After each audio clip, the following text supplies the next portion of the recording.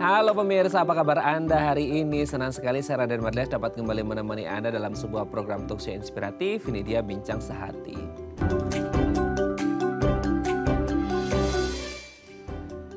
Semalaman Jakarta dan sekitarnya mungkin ya diguyur hujan lebat deras banget gitu ya. Nah memang kita udah masuk mulai bulan berber ya, September, Oktober, November, Desember itu mulai musim hujan, akhir tahun, awal tahun. Nah salah satu yang mungkin menjadi concern kita bersama ketika mulai musim hujan tiba adalah beberapa penyakit ya, flu dan lain sebagainya. Nah salah satunya juga yang perlu diwaspadai adalah penyakit nih gara-gara ada siti gitu ya, si tikus gitu ya atau hewan-hewan yang akhirnya dia cerit-cerit gitu ya, pipis sembarangan. Nah akhirnya ini mengontaminasi makanan atau masuk ke dalam tubuh kita sehingga menyebabkan penyakit namanya leptospirosis. Nah ini bahaya banget ya. Lalu sebenarnya gimana untuk mengobati, mencegah dan lain sebagainya, inilah topik yang akan kita bahas hari ini ya. Kita akan membahas seputar leptospirosis. Nah ngomongin tentang hewan gitu ya yang buang air. Nah kita juga akan membahas terlebih dahulu seputar buang air, tapi ini pada manusia ya. Ini seputar urin atau buang air kecil pada manusia. Ini ada beberapa mitos fakta. Kita lihat yang pertama pemirsa. Kencing jongkok itu katanya lebih sehat. Nah sering ya kalau Anda coba deh googling. Di Google gitu ya, kencing jongkok gitu ya. Ini sehat atau tidak sehat? Kan ada orang kencingnya jongkok, ada juga yang di urinoir itu kencingnya berdiri seperti itu ya. Nah di sebagian orang menganggap bahwa it's okay, nggak ada masalah dengan kencing berdiri. Tapi ada juga yang menganggap bahwa nggak bagus loh. Lebih baik kencing itu atau pipis atau buang air kecil itu adalah jongkok gitu ya. Mungkin di satu agama tertentu memang disunahkan untuk kencing jongkok. Tapi itu kan secara agama. Tapi kalau kita membahasnya secara medis gitu ya. Apakah ada hubungannya antara kesehatan seseorang dengan cara buang air kecil atau cara kencing seseorang antara jongkok dan juga berdiri. Nanti akan kita bahas ya. Kita akan bahas secara medisnya. Oke, kita lanjut yang kedua pemirsa. Anyang-anyangan karena minum air panas dicampur air dingin. Ini mungkin sering ya didengerin sama kita waktu kita masih kecil gitu ya. Jadi kalau ada orang anyang-anyangan itu rasanya pasti nggak nyaman banget. Antara kita pingin pipis sebenarnya tapi nggak keluar gitu ya. Dan kerasa agak nyeri gitu ya. Kalau kita sebagai cowok itu agak nyeri di ujungnya seperti itu. Karena kita tuh niatnya pinginnya rasanya disarap, disensor otak kita itu kayak kita ingin pipis. Tapi ketika kita mencoba untuk pipis nggak keluar, kayak mentok gitu ya. Nah apakah ini ada hubungannya anyang-anyangan dengan minum air panas yang dicampur air dingin? Lah kalau kita lagi di warung makan kan kita nggak ngerti maksudnya itu air minumnya dari air panas dicampur air dingin atau beneran air dingin atau beneran air panas seperti itu ya. Nanti akan kita bahas. Oke kita lanjut yang ketiga pemirsa. Sering nahan kencing bisa sebabkan kanker prostat. Nah loh bagi Anda para pria, bapak-bapak di rumah ya. Kalau kita ngomongin kanker prostat, ini merupakan salah satu kanker yang paling ditakuti oleh para pria seperti itu. Well, kita nggak akan membahas lebih dalam tentang kanker prostatnya, tapi salah satu pemicu terjadinya kanker prostat katanya adalah sering nahan buang air kecil atau sering nahan pipis atau sering nahan kencing. Nah ini kan sesuatu yang harus dibuang sebenarnya kalau kita ngomongin air kencing ya. Tapi mungkin karena satu dan lain hal mungkin di tengah perjalanan atau di tengah-tengah pekerjaan sehingga belum bisa buang air kecil akhirnya harus nahan. Tapi katanya ini bisa berbahaya dan bisa menyebabkan kanker prostat. Benarkah seperti itu? Nanti akan kita bahas yaitu fakta atau mitos belaka. Kita lanjut yang keempat pemirsa. Semakin tua semakin sulit kendalikan kencing. Kita sering lihat lah ya mungkin ada seorang public figure, seorang ibu-ibu yang komedian gitu ya, suka humor, suka ngelucu dan lain sebagainya di TV, yang kemudian dia itu sedikit aja itu bikin dia tuh ketawa banget gitu ya. Well, sayangnya adalah dia sering banget ketika ketawa terbahak-bahak itu nggak, tanpa dia sadari sebenarnya itu ngucur aja seperti itu. Nah, apakah ini ada hubungannya antara proses aging degeneratif seseorang dengan kuat atau tidaknya menahan pipis gitu ya, sehingga ketika lagi terbahak-bahak mungkin nggak lagi terbahak-bahak juga gitu ya, mungkin hecim bersin gitu ya, itu bisa keluar juga. Nah apakah ada hubungannya semakin tua semakin tidak bisa menahan kencing? Nanti kan kita bahas ya. Oke kita lihat yang terakhir pemirsa. Sering kencing di malam hari pertanda diabetes. Diabetes mellitus adalah salah satu jenis penyakit yang paling ditakuti dan tingkat mortalitasnya tinggi banget di seluruh dunia ya. Kita nggak hanya ngomongin Indonesia tapi worldwide, seluruh dunia. Nah, kalau Anda nih kadang-kadang kepikiran, kenapa ya? Kalau setiap malam itu aku sering kebangun, sering pipis, apa karena tadi minumnya banyak? Tapi kayaknya tadi minumnya nggak banyak deh. Nah, Anda langsung tuh googling. Terus Anda ketemu deh tuh. Waduh, ada artikel yang menyatakan bahwa kalau kita sering pipis di malam hari ini pertanda diabetes. Nah, kadang-kadang kan kita mengandalkan dokter Google ya, entah itu benar atau enggak, itu fakta atau mitos belaka. Oke, itu tadi beberapa mitos fakta seputar buang air kecil dan kami akan membahasnya saat lagi. Tetap bersama kami di Bincang Sehati.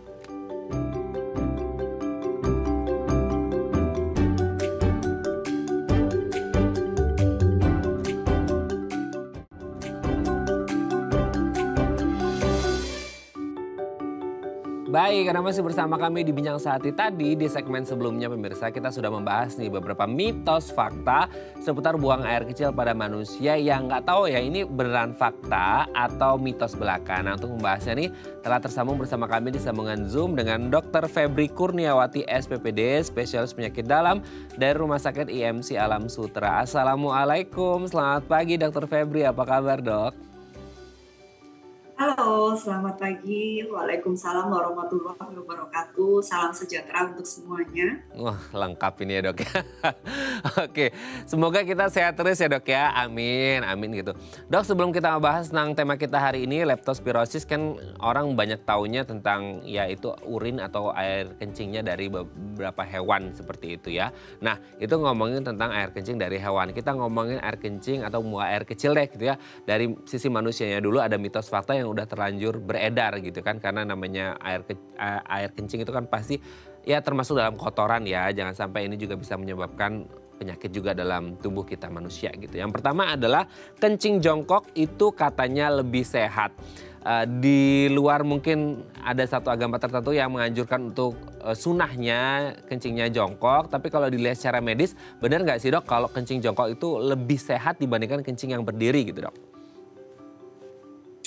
Baik, jadi buang air kecil atau berkemih ini merupakan sebenarnya proses alami dari manusia untuk mengeluarkan sisa metabolisme dari tubuh. Jadi aliran darah masuk ke dalam ginjal, kemudian dikumpulkan di kandung kencing atau buli-buli atau vesika urinaria, kemudian keluar melalui saluran kencing. Proses ini dinamakan proses buang air kecil atau berkemih.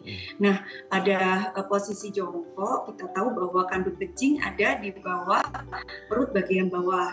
Nah, apabila kita kencing jongkok dengan posisi jongkok tersebut akan meningkatkan tekanan di dalam perut atau tekanan intraabdomen, dan selanjutnya tekanan ini akan menekan kandung kencing untuk mengeluarkan kencing ini secara penuh, secara keseluruhan, jadi tidak ada sisa. Jadi memang merupakan fakta bahwa kencing jongkok lebih sehat. Karena kalau kita kencing berdiri tidak akan ada tekanan yang cukup untuk mengeluarkan kencing secara keseluruhan. Nanti akan ada retensi atau sisa kencing di dalam kandung kencing tersebut yang nantinya akan menyebabkan beberapa konsekuensi seperti infeksi, peradangan, dan lain sebagainya. Oke, jadi intinya kalau berdiri takutnya tekanannya nggak maksimal gitu ya dok ya. Jadi takutnya masih ada sisa di dalam bisa menyebabkan infeksi dan lain sebagainya. Tapi kalau jongkok ini ibarat kata tekanannya itu full maksimal sehingga tidak ada sisa lagi seperti itu ya. Jadi risiko untuk mengalami infeksi ini jauh lebih rendah karena sudah terbuang semua kotorannya dalam air kencing atau buang air kecil itu ya. Oke, ternyata secara medis juga terbukti gitu ya bahwa jongkok itu lebih sehat. Oke, kita lanjut yang kedua nih dok ya. Mitos atau fakta nih dok. Anyang-anyangan karena minum air panas yang dicampur air dingin ini sering banget ya. Nggak tahu kalau zaman sekarang anak-anak zaman sekarang masih ada nggak. Tapi kalau di zaman saya ya di era ya 90-an gitu tuh masih banyak gitu. Nggak tahu kalau di Jakarta dan sekitarnya. Kalau di kampung saya sih ada ngomong seperti itu. Gimana tuh dok? Itu mitos atau fakta? Ini mitos karena minum apabila dingin maupun panas kan dia masuknya ke dalam lambung, kemudian ke usus atau ke saluran cerna, sehingga nanti pun suhunya akan disesuaikan dengan suhu tubuh kita. kita. Kemudian cairan ini atau minuman ini akan beredar ke seluruh tubuh, kemudian baru disaring di dalam ginjal seperti saya sebutkan tadi. Jadi tidak berhubungan dengan anyang-anyangan atau keluhan-keluhan berkemih. Kalau adanya anyang-anyangan atau keluhan berkemih, di situ seringkali penyebabnya bukan minum air panas dicampur air dingin, tetapi merupakan tanda-tanda atau gejala dari ada infeksi, peradangan, kemudian ada batu ginjal atau gangguan prostat. Jadi kita bisa lebih lanjut lagi bahas. Oke ya, jadi jangan takut ya, karena biasanya ada yang takut tuh ya. Mungkin pas lagi makan di warung makan dikasih tehnya teh anget, tapi pinginnya yang agak es gitu, yang dingin. Habis itu dikasih es batu, orang takut, aduh nanti anyang-anyangan lagi ya. Tidak ya, itu karena infeksi anyang-anyangan, full karena medisnya. Oke, kita lanjut yang ketiga ya dok ya. Sering nahan kencing bisa sebabkan kanker prostat. Kanker prostat adalah salah satu kanker yang paling ditakuti oleh kaum bapak-bapak, kaum bapak-bapak seperti itu. Nah, apa ada hubungannya kanker prostat dengan salah satu pemicunya katanya sering nahan pipis dok? Iya, kalau ini mitos juga karena kanker prostat ini disebabkan oleh dia bisa genetik, jadi multifaktorial. Salah satunya genetik atau bawaan, kemudian zat-zat karsinogenik atau penyebab kanker yang kita konsumsi atau memapar tubuh kita. Jadi tidak ada hubungan dengan menahan air kencing. Kalau menahan air kencing hubungannya dengan stasis atau tertahannya air kencing, sehingga tadi bisa menyebabkan infeksi, bakterinya banyak tertahan di situ, kemudian bisa menyebabkan batu saluran kencing, tapi tidak berhubungan dengan kanker prostat. Oke, jadi tidak ada hubungan ya dok ya antara sering nahan pipis dengan kanker prostat, karena ada ya multifaktorial sih tadi dokter menyebut, salah satunya genetik ya. Kalau untuk nahan pipis ke arah yang lainnya ya, bukan kanker prostat. Oke dok, kita lanjut yang keempat. Semakin tua semakin sulit kendalikan kencing. Nah ini kan sering banget ya, mungkin salah satunya adalah ya dokter mungkin juga ngerti ya, salah satu komedian perempuan yang sudah berumur kalau ketawa pasti langsung ngompol seperti itu. Tapi apakah ini hanya terjadi pada orang tersebut atau sebenarnya mostly happen untuk para yang menjelang ya elderly lah gitu dah dok, gimana tuh? Baik, jadi hal ini benar atau fakta karena dengan seiring bertambahnya usia, fungsi-fungsi organ tubuh akan menurun. Nah, pada hal ini ada otot yang berada di kandung kencing maupun di saluran kencing. Nah, otot-otot ini bertugas untuk kontraksi maupun relaksasi untuk mengatur saat kita berkemih. Nah, otot-otot ini fungsinya akan menurun, jadi kekuatan kontraksinya akan menurun sehingga betul bahwa semakin tua semakin sulit untuk mengendalikan kencing. Oke, jadi memang agak ibarat katanya agak lost dikit gitu ya dok ya, gitu ya. Karena cengkeramannya mungkin agak lost dikit, jadi sering untuk pipisnya agak auto gitu ya. Oke, jadi memang harus dijaga dari muda ya. Kita lanjut yang terakhir nih dok. Nah ini juga yang lumayan bikin parno ya. Ini kadang-kadang juga kalau saya pas lagi tidur gitu ya, terus tiba-tiba tengah malam kebangun gitu ya, terus pingin pipis, terus langsung parno, waduh ini apa pertanda diabetes ya, nauzubillah min dzalik ya gitu ya. Nah bener gak sih dok kalau sering pipis di tengah malam itu pertanda diabetes dok? Salah satu petanda diabetes memang adalah sering kencing di malam hari. Hal ini disebabkan pada gula darah yang tinggi di dalam darah. Secara regulasi, secara alamiah, ginjal akan ingin mengeluarkan kencing lebih banyak karena ingin menurunkan kadar gula. Jadi ingin membuang gula di dalam darah ini melalui air kencing, sehingga kita akan lebih sering kencing pada pasien-pasien penderita diabetes. Nah, terutama malam hari. Kenapa? Karena pada malam hari kadar hormon namanya antidiuresis hormon ini akan pada iramanya memang dia menurun. Jadi untuk menahan air kencing kita akan berkurang refleks-refleksnya, sehingga pada pasien diabetes sudah memang dia kencingnya banyak dan terutama pada malam hari. Belum lagi apabila disertai dengan infeksi saluran kencing. Kita tahu bahwa penderita diabetes lebih rentan terhadap adanya infeksi saluran kencing karena kadar gula darah yang tinggi. Kalau ada plus infeksi saluran kencing akan lebih sering lagi terjadi sering kencing terutama di malam hari. Tetapi yang terakhir perlu diingat bahwa tidak semua keluhan sering buang air kencing berhubungan dengan diabetes, karena ada beberapa hal yang lain seperti gangguan prostat, infeksi saluran kencing, dan lain-lain yang dengan gejala sering kencing di malam hari. Oke.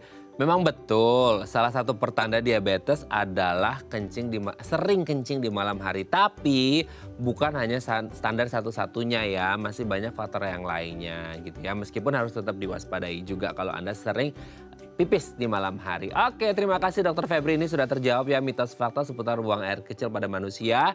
Nanti kita lanjut lagi di segmen selanjutnya ngomongin tentang leptospirosis ya Dok ya. Oke pemirsa 021 290 32644 atau di Instagram kami di @dafamily kalau Anda punya pertanyaan ya, kami akan kembali saat lagi.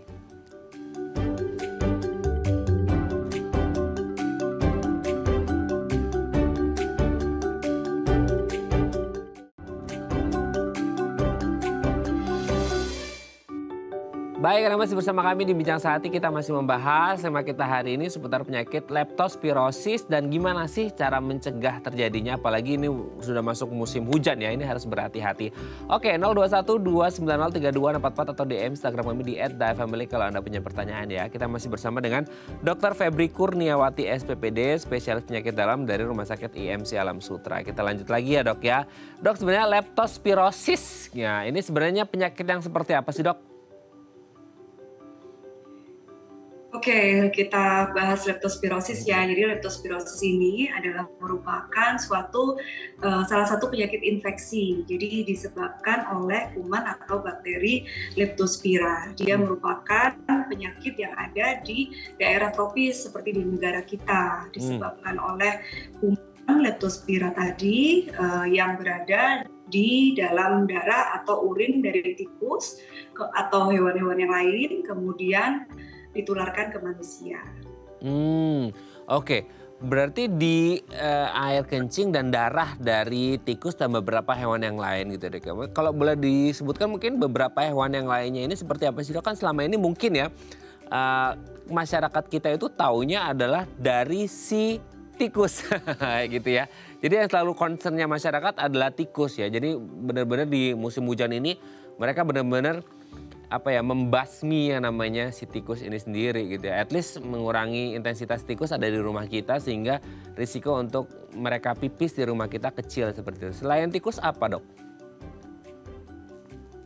Iya, ternyata tidak hanya tikus saja ya, yang populer memang tikus, cuman ada beberapa yang kita harus waspada, yaitu hewan ternak seperti sapi, kuda, kemudian anjing dan juga babi. Oke ya. Jadi ada beberapa hewan termasuk hewan ternak yang juga harus diwaspadai seperti itu ya. Tapi sebenarnya kalau kita ngomongin kondisi orang yang mengalami atau terinfeksi leptospirosis ini seperti apa Dok? Maksudnya ketika ada kan tadi kencing dan darah gitu ya. Maksudnya itu ketika mereka masuk melalui apa dan akhirnya menularnya, maksudnya menular melalui apa, masuk kemana dan akhirnya kondisi orang yang terinfeksi ini seperti apa? Jadi seperti ini prosesnya. Jadi saat Leptospira atau kuman ini berada di dalam tubuh tikus, tikus ini tidak mengalami keluhan apa-apa, jadi tidak sakit tikusnya ini. Jadi dia hanya ditumpangi saja di dalam darahnya atau bisa diam lama si kuman ini ada di dalam ginjal. Kemudian apabila si tikusnya berkemih atau kencing, dia akan mengeluarkan kuman-kuman Leptospira ini. Kemudian kencingnya ini dapat mengkontaminasi lingkungan sekitar kita seperti di dalam air, kemudian misalnya air di selokan, kemudian di tanah juga bisa. Nah, lingkungan yang terkontaminasi ini bisa tersentuh atau terkontak dengan manusia, misalnya melalui kulit yang kulit yang luka-luka kecil seperti lecet maupun luka yang besar seperti luka robek, ataupun lingkungan ini yang terkontaminasi ini misalnya tidak sengaja tangan kita kotor, kemudian menyentuh lingkungan yang terkontaminasi tersebut, kemudian kita makan sehingga masuk lewat mulut atau saluran pencernaan gitu. Jadi bisa lewat saluran pencernaan, bisa lewat kulit yang terluka, sehingga kita mengalami infeksi berikut gejala-gejala dari leptospirosis tersebut. Oke, terinfeksi dan mengalami gejala-gejala gitu. Nah, ngomongin gejala, Dok, gejala seperti apa sih maksudnya yang umum terjadi? Kan orang kalau ngomongin penyakit infeksi itu biasanya berkaitan dengan pas penularan dan inkubasi kan seperti itu. Sampai berapa lama itu bisa menyebabkan gejala atau tanda-tanda pada orang yang terinfeksi. Nah, kalau gejalanya sendiri maksudnya dari inkubasinya dulu deh. Maksudnya inkubasinya mulai berapa lama gitu dan gejala-gejala yang mulai muncul seperti apa gitu, Dok? Ya, gejalanya setelah inkubasi. Jadi masa inkubasi ini di mana adanya kontak dengan yang lingkungan terkontaminasi tadi sampai menimbulkan gejala. Jadi masa inkubasinya bisa cukup bervariasi antara 2 hari sampai 1 bulan. Jadi ada risiko, kemudian terkontak, kemudian baru ada gejala bisa sampai 1 bulan berikutnya. Nah, yang agak sulit gejalanya karena gejalanya hampir mirip dengan penyakit-penyakit yang lain seperti flu biasa, seperti COVID, infeksi saluran pernapasan atas, kemudian juga penyakit yang sedang banyak yaitu demam berdarah. Ini mirip-mirip dengan penyakit infeksi tropis yang lain, yaitu adanya demam, kemudian nyeri kepala, mual, nyeri perut, diare, dan lain sebagainya. Tapi yang kita ingat juga hati-hati karena gejalanya ini bisa bervariasi dan derajat keparahan atau degree of severity-nya berbeda-beda. Mulai dari tanpa gejala atau asimptomatik sampai gejala ringan, kemudian gejala berat. Itu untuk gejalanya. Oke, Dok, tadi kan menyebut antara inkubasinya 2 sampai ada yang 2 hari sampai 1 bulan. Itu bisa berbeda seperti itu apa karena faktor dari sedikit atau banyaknya yang terkontaminasi ke dalam tubuh kita, maksudnya berapa banyak air kencing atau darah dari si hewan penular ini, atau sebenarnya tergantung pada kondisi kesehatan tubuh kita juga, maksudnya imun kita lagi tinggi atau badan kita agak ngedrop seperti itu, Dok? Betul, tergantung dua-duanya ya, tergantung status daya tahan tubuh kita. Nanti bisa ditentukan oleh usia, kemudian status kesehatan kita, laki-laki atau perempuan, kemudian penyakit-penyakit penyerta atau komorbid, dan dapat ditentukan oleh virulensi atau paparannya dari si kuman tersebut. Ya, kekuatan kuman itulah. Jadi bisa ditentukan oleh keduanya, apakah kita tidak ada gejala, ringan, sedang, atau berat. Oke. Jadi memang masanya seperti itu gitu ya. Tapi kalau kita ngomongin ini kan menular ya, Dok ya. Maksudnya dari si hewan ini ke manusia gitu lewat pipis, air kencing atau darahnya. Nah, tapi kalau kalau kayak kasus flu itu kan menular dari manusia ke manusia ya. Nah, ini kan tadi gejalanya juga hampir ya nyaru lah ya, rada mirip-mirip dengan flu dan lain sebagainya. Nah, kalau dari manusianya sendiri ke manusia human to human itu sebenarnya menular juga nggak sih, Dok? Atau nggak juga gitu? Itu benar-benar dari si hewannya, dari kencing atau darahnya baru ke manusia gitu?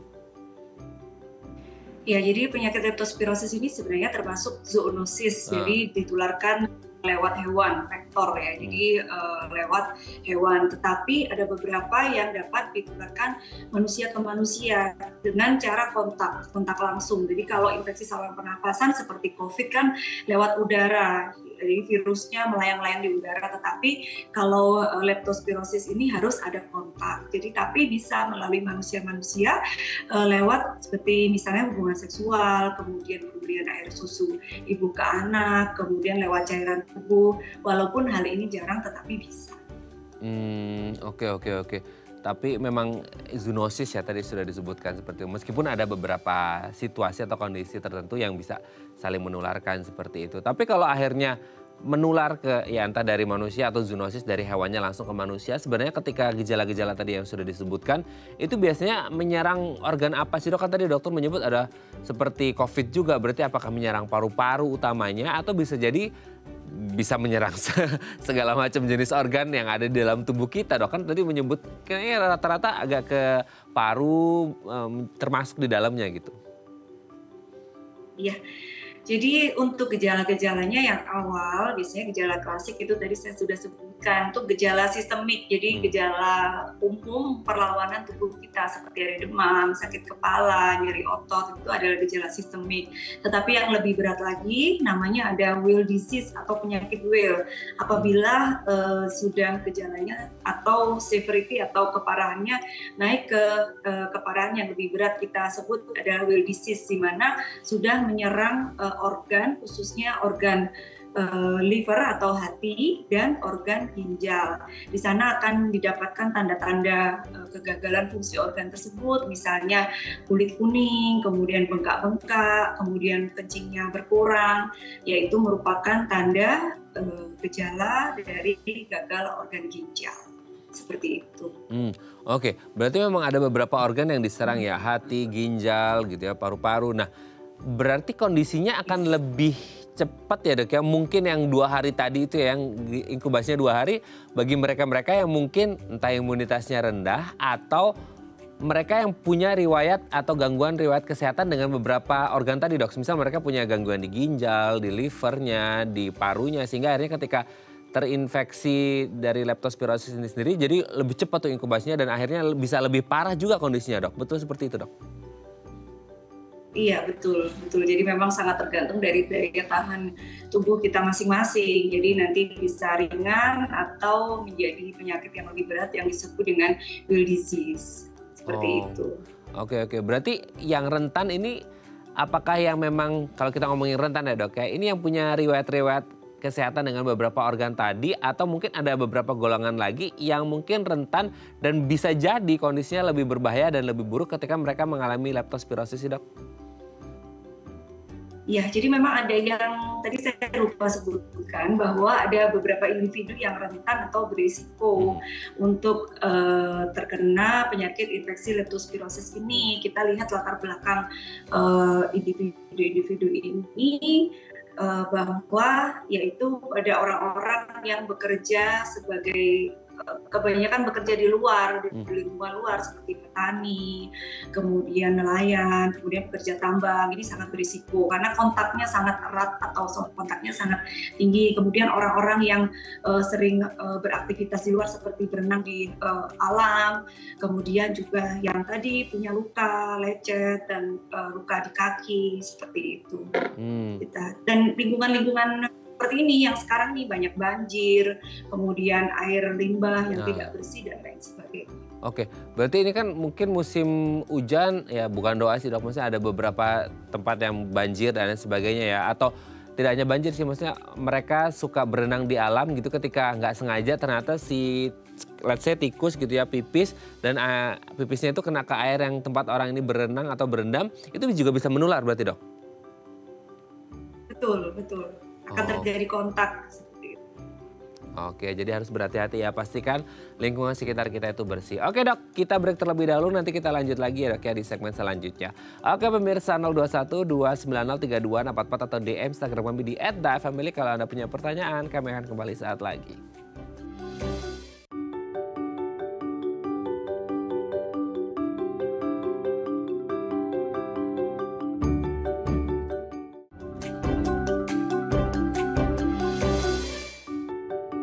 Baik, Anda masih bersama kami di Bincang Sakti. Kita masih membahas seputar tema kita hari ini, penyakit leptospirosis gitu ya. Dan gimana cara mencegahnya dan mengobatinya. Karena ini menjadi salah satu penyakit yang concern kita waspadai selama musim hujan. Tidak hanya musim hujan sih, maksudnya selama musim. Tapi kayaknya prevalensinya lebih banyak di musim hujan seperti itu ya. Boleh di 021 290 3244 atau DM Instagram kami di @dafamily kalau Anda punya pertanyaan ya. Kita masih bersama dengan Dr. Febri Kurniawati SPPD, spesialis penyakit dalam dari Rumah Sakit IMC Alam Sutera. Dok, kita lanjut lagi. dengan beberapa kondisi yang dokter sebutkan tadi di segmen sebelumnya ya, gejalanya atau tanda-tandanya yang memang kadang-kadang tadi dokter nyebutnya nyaru gitu ya, maksudnya agak mirip dengan beberapa penyakit yang lain yang tidak khas gitu ya, yang bahwa ini indikasinya ke leptospirosis nih gitu, tapi mungkin menyerupai flu, COVID dan lain sebagainya seperti itu. Nah, kebanyakan orang Indonesia mungkin ya kan dengan seperti itu ya udahlah pakai obat warung dulu lah gitu ya, maksudnya bisa diatasi seperti itu.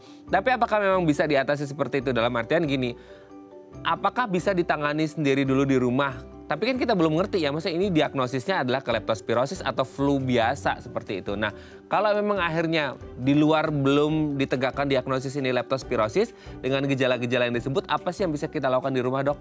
Bisa ditangani di rumah dulu atau enggak gitu, Mas?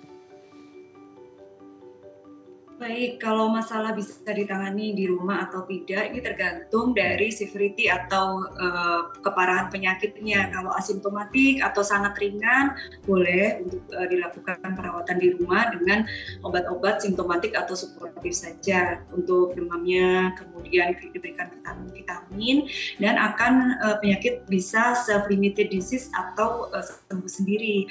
Akan tetapi kalau gejalanya lebih sedang, kemudian berat, tentunya atau demamnya sudah lebih dari 2 atau 3 hari, kemudian ada faktor resiko tadi yang sudah saya sebutkan, kemudian memang sudah tidak membaik dengan obat-obatan yang dipunya di rumah, sebaiknya segera ke dokter untuk dilakukan penegakan diagnosis, karena seperti yang saya katakan tadi, penegakan diagnosisnya cukup sulit. Dokter akan melihat faktor risiko, riwayat perjalanan, riwayat pekerjaan dari seseorang untuk mengetahui risiko epidemiologinya, kemudian menilai gejalanya, kemudian memeriksa tanda-tandanya, apakah ada nyeri otot misalnya, bisa diperiksa. Yang khas biasanya ada nyeri di otot betis, kemudian juga diperiksa pemeriksaan penunjang seperti pemeriksaan darah untuk mengetahui darah rutinnya, sel darah putih, kemudian fungsi hati dan fungsi ginjal, serta penegakan diagnosisnya biasa kita lakukan pemeriksaan darah untuk mengetahui antibodi atau kultur dan lain-lain untuk mengetahui ada tidak sih kuman ini di dalam darah pasien tersebut. Oke. Itu kondisi yang bisa kita lakukan di rumah. Meskipun sebenarnya lebih baik kalau segera dibawa ke dokter atau ke rumah sakit ya, Dok ya.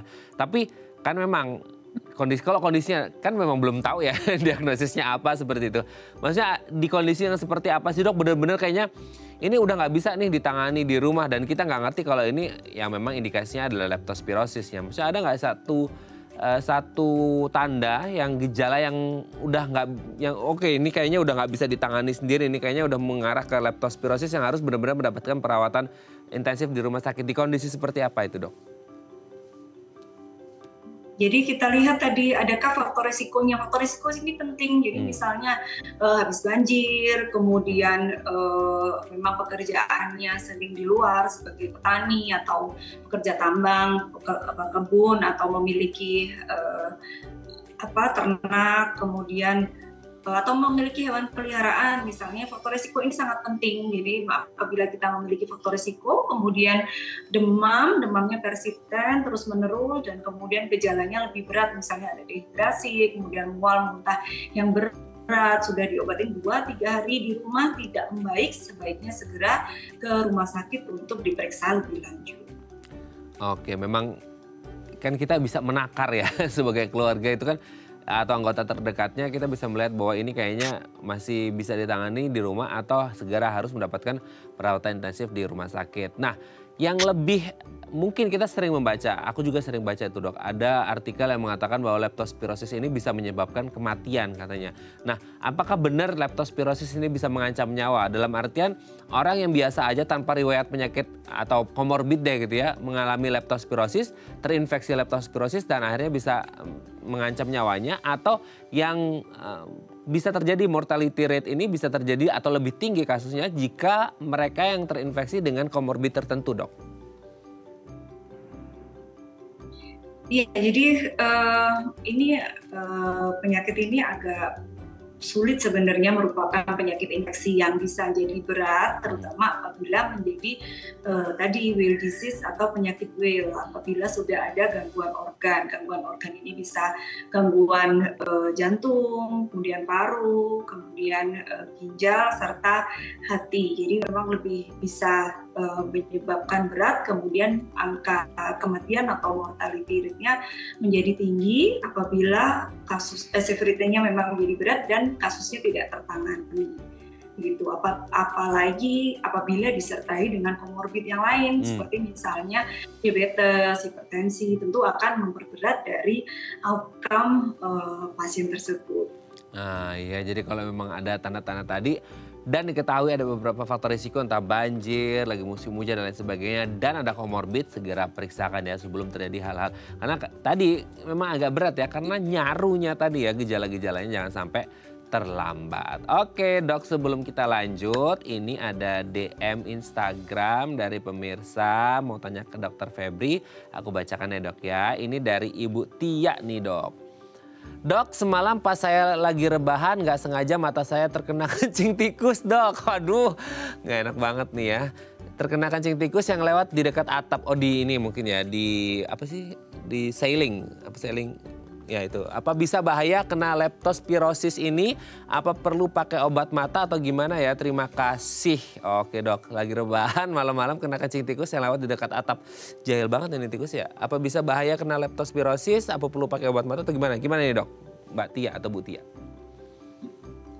Baik, jadi yang bisa dilakukan pertama kali adalah membersihkan mata bisa dengan air yang bersih atau dengan larutan steril atau obat mata tertentu ya. Kalau memang ada keluhan di mata merah atau luka dan lain sebagainya bisa ke dokter mata. Tapi kalau misalnya tidak ada keluhan bisa ditunggu saja sih, mungkin masih masa inkubasi atau berikutnya ya tidak ada gejala. Banyak juga yang memang asimptomatis atau tidak ada gejala atau gejala ringan, tidak perlu pengobatan khusus dan akan self-limited disease atau sembuh sendiri, tidak masalah. Oke, tapi kalau ini pasti Mbak Tia atau Bu Tia ini kan ada was-was juga pasti ya dok ya. Namanya pipis di mata dan takutnya kan mata pasti ada waktunya orang biasanya refleksnya adalah ngucek. Nah ngucek kan takutnya adalah terjadi gesekan, adanya luka, infeksi, ada pipis tikus juga di situ.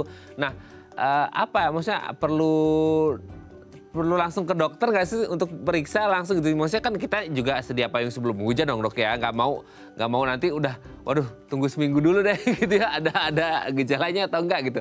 Perlu ke dokter dulu nggak sih dok langsung untuk periksa langsung deh biar nggak terkena apa-apa gitu.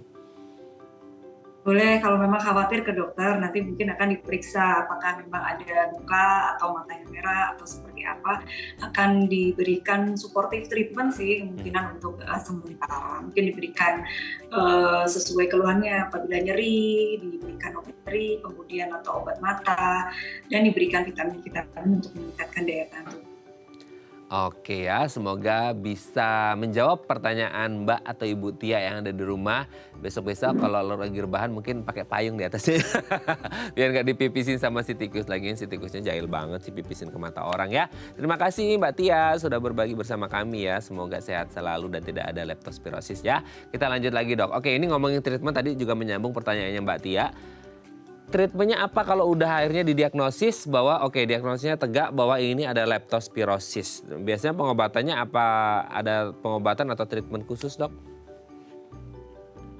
Iya, untuk yang memang bergejala ringan, sedang maupun berat dan memang sudah terdiagnosa terbukti bahwa ini leptospirosis melalui beberapa pemeriksaan tertentu akan diberikan obat berupa antibiotik karena leptospira ini merupakan bakteri. Jadi kita obatannya adalah antibakteri atau antibiotik. Nah, untuk antibiotiknya akan disesuaikan dengan mungkin sudah dilakukan kultur atau terhadap kuman tersebut dan serta juga diberikan obat-obat simptomatis atau suportif, misalnya obat demam. Kemudian kalau ada perdarahan kita berikan anti bleeding atau berikan transfusi. Kalau ada sesak nafas kita atasi, mungkin bisa sampai penggunaan alat bantu nafas seperti ventilator. Kemudian kalau ada gangguan liver kita atasi, kita berikan treatment sesuai gangguan livernya. Kemudian kalau memang ada gangguan ginjal atau gagal ginjal, kita bisa sampai melakukan cuci darah untuk leptospirosis ini. Sampai cuci darah ya dok ya, serem banget ya. Mungkin mereka memang punya komorbid di ginjal mungkin ya dok ya. Oke seperti itu. Tapi butuh berapa lama sih dok waktu pengobatannya? Kan mungkin ada yang bilang dengan stok antibiotik yang dikasih sama dokter kalau memang kasusnya lebih berat atau agak lama seperti itu kan takutnya ada yang belum sembuh antibiotiknya habis akhirnya mereka ya udah deh beli antibiotik sendiri kan resep juga dari dokter kemarin antibiotik seperti itu. Ini yang menjadi sering kali permasalahan di masyarakat adalah ketika ngomongin antibiotik yang dijual bebas dan dibeli pun secara bebas dan dikonsumsi secara bebas tuh dok. Ya, untuk penyembuhannya sih sebenarnya rata-rata kalau ringan saja atau sedang 1 minggu perawatan biasanya sudah perbaikan. Tetapi kalau memang lebih berat, jatuh ke disease bisa lebih lama, bisa sampai lebih dari 1 minggu, bisa 2 minggu atau bahkan lebih. Apalagi kalau sudah jatuh tadi ke gangguan liver atau gangguan ginjal yang berat atau shock septic, suatu kondisi peradangan yang berat yang disebabkan oleh infeksinya. Jadi perlu perawatan yang lebih lama. Intinya perlu monitoring dan kontrol sih. Kalau sudah dari dokter tentunya akan diminta kontrol lagi, pengecekan ulang apakah obat-obatan sudah memberikan hasil yang baik atau kurang baik atau mungkin tidak baik sehingga harus dilakukan naik treatment misalnya ganti antibiotik atau harus dilakukan perawatan yang lebih intensif lagi. Oke, jadi penting untuk melakukan monitoring dan juga kontrol ke dokter untuk mengetahui proses penyembuhan dan atau recovery-nya ya. Oke, Dr. Febri ini sudah terjawab semua ya dari A to Z-nya untuk penyakit leptospirosis ini. Nanti kita akan lanjut lagi di segmen terakhir ya dok ya. Oke pemirsa 021 290 3244 atau di Instagram kami di @dafamily kalau Anda masih punya pertanyaan. Kami akan kembali saat lagi.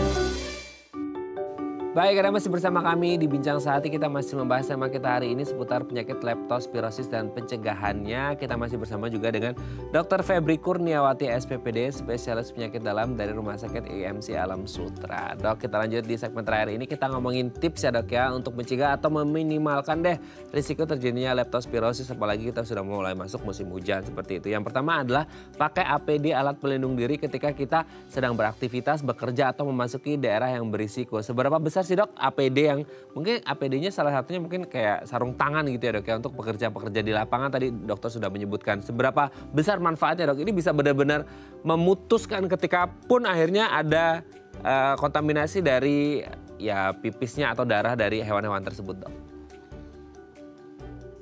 Baik, memang harus berhati-hati sekali ya karena untuk lingkungan yang terkontaminasi ini memang sangat banyak di sekitar kita, apalagi musim hujan seperti ini. Kemudian tadi leptospira yang mengkontaminasi di lingkungan, di tanah, di air, di selokan dan lain-lain itu bisa bertahan sampai bertahun-tahun. Jadi walaupun sudah lewat, dia masih bisa bertahan di situ dan hidup di situ dan mengkontaminasi kita kapan saja. Jadi untuk APD ini sangat-sangat bermanfaat sekali, apalagi yang memang bekerja di luar, bekerja peternakan dan lain sebagainya, yang standar ya memang sarung tangan, kemudian boots ini ya, sepatu boots.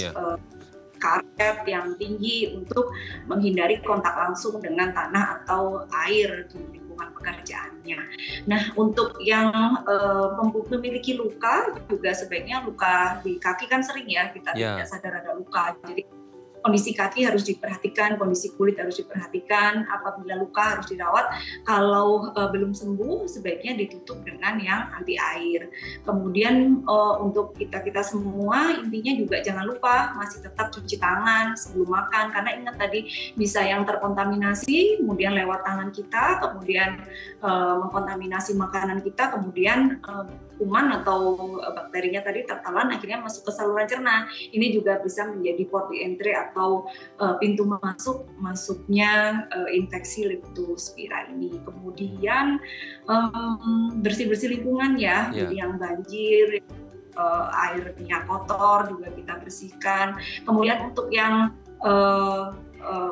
memiliki kontak dengan hewan-hewan seperti pemelihara anjing, sapi dan lain sebagainya juga harus lebih hati-hati dan lebih memakai APD atau perawatan atau lebih bersih-bersih. Kemudian yang dokter hewan juga. Kemudian ada vaksin juga untuk hewannya, bisa dilakukan vaksin atau perlindungan khusus untuk hewan-hewan ternak atau hewan peliharaannya. Oke, Dok, salah satunya kan mungkin kita bisa jaga makan atau minum kita ya, dalam artian higienitas dan kebersihannya juga harus terjaga. Nah, kadang-kala kan ya kalau kita yang masak sendiri kita ngerti ya, Dok ya. Maksudnya bersih, higienis atau tidak kita ngerti ya, dicuci enggak, terus masaknya benar-benar matang atau enggak. Tapi kan akan jadi concernnya kita ketika kita tinggal di kota besar seperti kita beli makan di luar gitu ya. Semuanya bukan kita yang konsumsi karena keterbatasan waktu juga atau tempat seperti itu. Nah, kalau untuk semisal nih, Dok, ada sayur gitu ya, ya nauzubillahnya itu terkena pipis atau darahnya si tikus dan beberapa hewan yang lain. Itu kan kata dokter tadi bakterinya akan lama ditinggal di situ gitu ya, bahkan bisa bertahun gitu ya.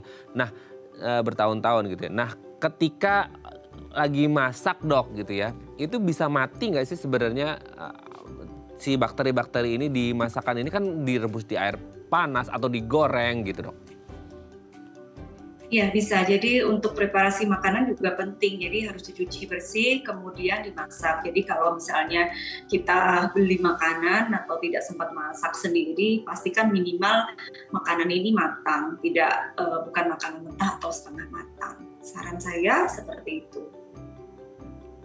Oke, itu kalau kondisinya, nah akan beda lagi kondisinya kalau memang sudah matang dan kena gitu ya, Dok ya. Itu sudah beda lagi gitu ya. Tapi sebenarnya kan kalau tidak salah ya, Dok, ini mungkin agak keluar topik dikit, tapi maksudnya ketika kan ada yang bilang ketika makanan masuk apapun itu, bahkan besi pun katanya bahasanya gitu ya, ketika masuk dalam perut kita kena asam lambung kita, mereka akan mati. Nah, bakteri ini tidak akan mati kena asam lambung kita ya, Dok ya? Nah itu kembali lagi ke daya tahan tubuh kalau seperti itu. Misalnya bakteri yang masuk tapi daya tahan tubuh kita baik, kan tadi mungkin bisa jadi asimptomatik atau tidak ada gejala, lewat aja bakterinya atau mungkin ringan aja. Oke, kalau kasusnya seperti itu maksudnya ketika baik dan asam lambungnya bekerja baik, imunnya baik, bakterinya masuk dan dibunuh, itu tidak akan menyebabkan efek apa-apa berarti ya, Dok ya, leptospirosisnya? Betul. Oke ya. Jadi memang penting sekali untuk menjaga imunitas tubuh ya, Dok ya, apalagi di masa pandemi ini dan di musim hujan ini untuk supaya tubuh kita tetap sehat selalu. Terima kasih Dr. Febri sudah berbagi bersama kami pagi hari ini di Bincang Sehati. Semoga di musim hujan ini, tidak hanya musim hujan sih, anytime kita harus benar-benar jaga kesehatan diri dan lingkungan kita supaya kita tetap sehat. Terima kasih Dr. Febri. Salam sehat selalu untuk keluarga di rumah dan teman-teman di IMC Alam Sutra. Selamat pagi, Dok. Selamat kembali melanjutkan aktivitas. Assalamualaikum. Waalaikumsalam warahmatullahi wabarakatuh. Terima kasih. Oke pemirsa, itu tadi perbincangan kita dengan Dr. Febri. Semoga bermanfaat ya. Jangan lupa untuk jaga kebersihan Anda dan lingkungan Anda. Saya Raden Berlias pamit. Sampai jumpa dan selamat kembali melanjutkan aktivitas Anda di hari Selasa yang indah ini. Sampai jumpa.